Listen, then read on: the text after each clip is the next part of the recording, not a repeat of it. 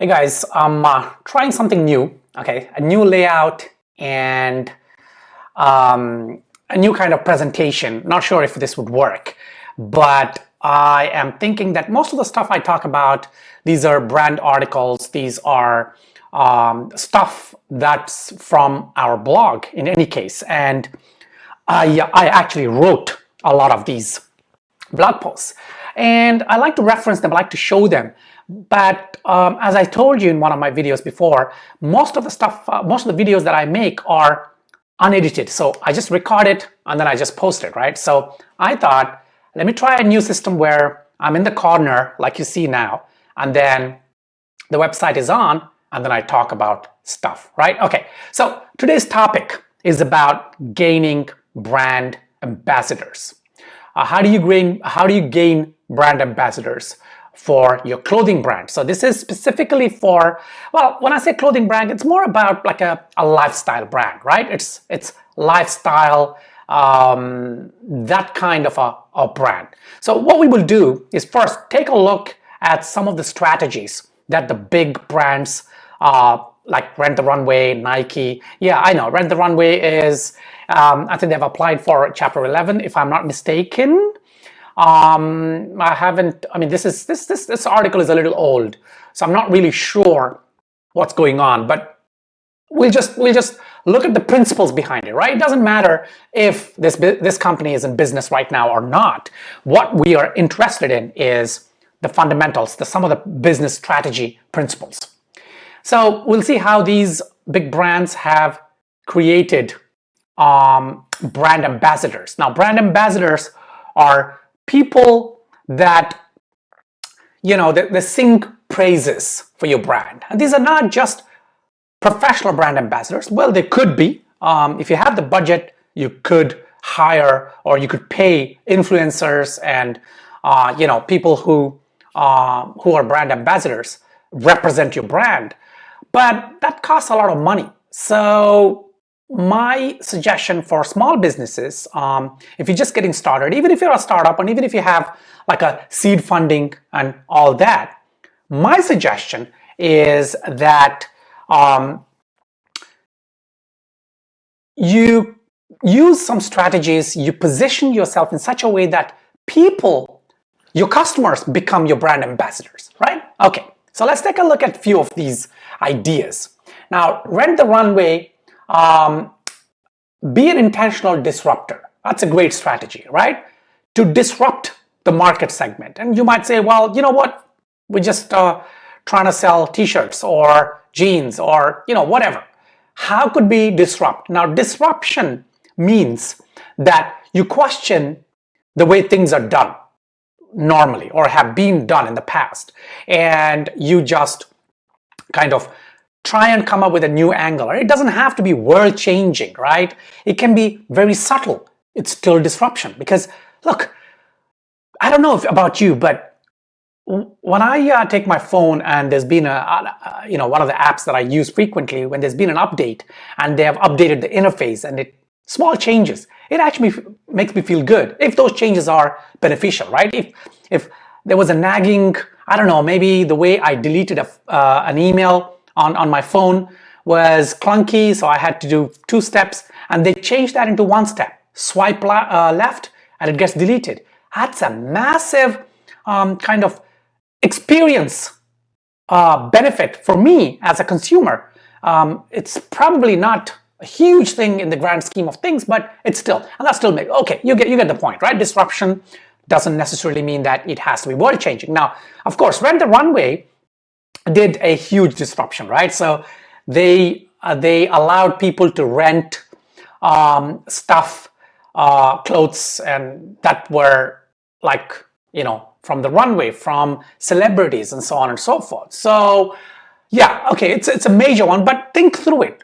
What can you do in your industry that, or in your market segment, in your niche, that you can disrupt, right? When you disrupt, you build brand ambassadors. Okay, Nike uses emotional storytelling. Now, I've done a couple of videos on storytelling. I'm always talking about storytelling. I'm always saying that, you know, brands should really focus on storytelling, and that too, emotional storytelling. So Nike is a master at it. So check out some of their campaigns to learn how they tell emotional stories, right? And I've listed, by the way, I'm going to leave a link to this article below this video. So go check this article out and then check out all these YouTube ads, and they will give you an awesome kind of insight into how emotional storytelling is done by Nike and how it's done, marvelously. It's a marvelous job, right? So I'm not a role model. If you let me play, you probably know most of these ads, right? Failure, all the way up to 2016. Maybe I don't know, I stopped there. Maybe I wrote this. I don't know. Anyway, just check them out, right? So Nike's campaigns are often shared on social media because they utilize evocative imagery, storytelling, inspirational messages. So by really using emotion and attaching it to your brand, you create brand ambassadors. And it's very easy. It's little things like, a lot of the brands out there, maybe they do care about their audience and their customers, but they look like they don't care, right? They don't really care about their customers. And that's because it's not because it's the bad companies. Well, there may be certain bad companies or bad brands, but usually it's because the brand is not really consciously and intentionally trying to create an emotional storytelling, right? Check out one of the videos I did recently on emotional storytelling because that's a vast topic. I don't want to take up much time on this video, but just keep in mind. Next, Birchbox. Build an intuitive referral system. Oh yes. So when you have a referral system, it's going to create brand ambassadors, because a referral system, so they already bought your clothes or accessories, whatever, like beauty products or whatever, right? And then if they refer their friends or family members or whatever, then they get additional benefit from you. It could be coupons. Now, this is nothing new, but it has to be done tastefully. It has to be done in such a way that there is a lot of benefit to our customers, and that benefit then translates into ambassadors, right? Creating ambassadors. Okay. So here, Birchbox actually has a point system, and then they add these points up and so on. Now, I would say, think of it this way. Even $5 of the next order is nothing. I would say if your product, if your product costs, like, I don't know, an average product costed $30 or $50, right? That's the average kind of order. Give 20% off. That's like $10, $15, right? Even $20 off. Because think of it this way. You're getting new customers. Calculate how much it would cost you to get a new customer, right? This is through advertising. This is through content strategies. This is through all those things that we spoke about in the previous videos, right? Here, you're getting a new customer, and at the same time, you're making existing customer happy by giving them a huge discount on the next order. So that is an order, and then they're getting new customers, and they're feeling happy about it. And you know what? Sometimes, if the value is good enough, people would go on social media and actually, so it's not just friends and family, they will broadcast it online with the hopes that they will get more referrals and then they get more discounts. Don't go cheap on the discounts. Give big discounts, right? Okay. Converse. Be bigger than the bottom line, right? Yeah, this is about give back, right? Converse does this. Okay. This is similar to what the above point, because we're talking about small kind of businesses. See, they're like, Converse gives out 10% of the artists using the studio will have some. So they built a studio. It's got nothing to do with shoes, but then, people come in and you get the point. H&M, utilize inclusive advertising. Okay, you gotta really watch this ad. I don't want to play it here because I think YouTube will flag this if I play it. and then, I don't want to have all that nonsense. So utilize inclusive advertising. And this is about, being conscious living, recycling is good and things like that, right? Lululemon, be a hub. Okay, being a hub. So they offer free fitness and yoga classes in some of their stores, right? Now that costs them money, but this is about creating ambassadors, which is nothing but a community, a cult. Lululemon, used to be a big kind of a cult, like Apple, right? So free yoga classes, fitness classes in their stores. They also sell a lot of their merchandise, yoga clothes and running gear and stuff like that.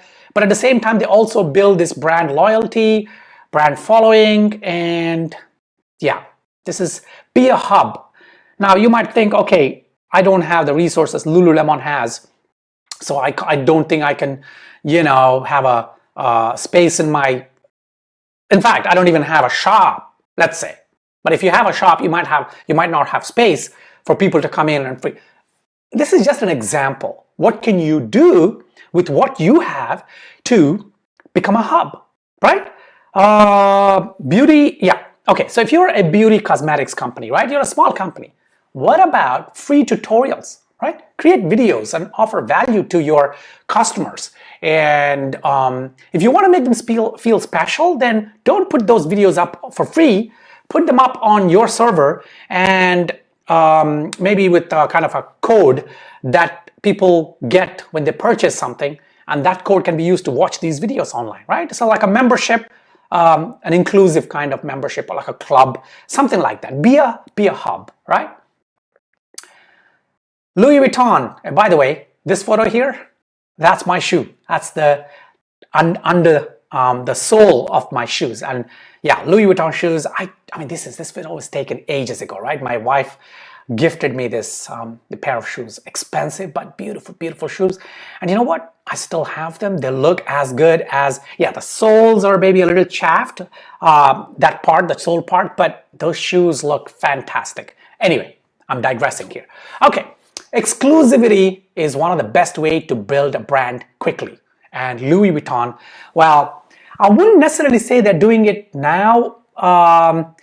They're probably doing it now, but there was a period in the middle, like a couple of years back, when they tried to get in, not tried to, but they were trying to maximize their reach in the Chinese market, and they were trying to come up with a lot of products that were cheaper, and now I guess they're back to exclusivity. But exclusivity really works. Now, a lot of people are afraid to offer expensive and expensive stuff online, thinking they will lose other clients. But no, as much as you can, try and build an exclusive kind of brand. And you might have a bit of difficulty in the short term, but in the long term, you're going to kick ass. So exclusivity, try and be exclusive.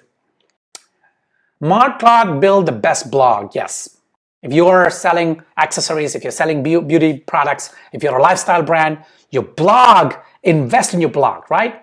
Content strategies, videos, maybe a podcast. Make your blog something that people come for, and then you will see that whatever money you're investing, time and effort you're investing into your blog, it will pay you back through the sales, the secondary sales that come through your blog.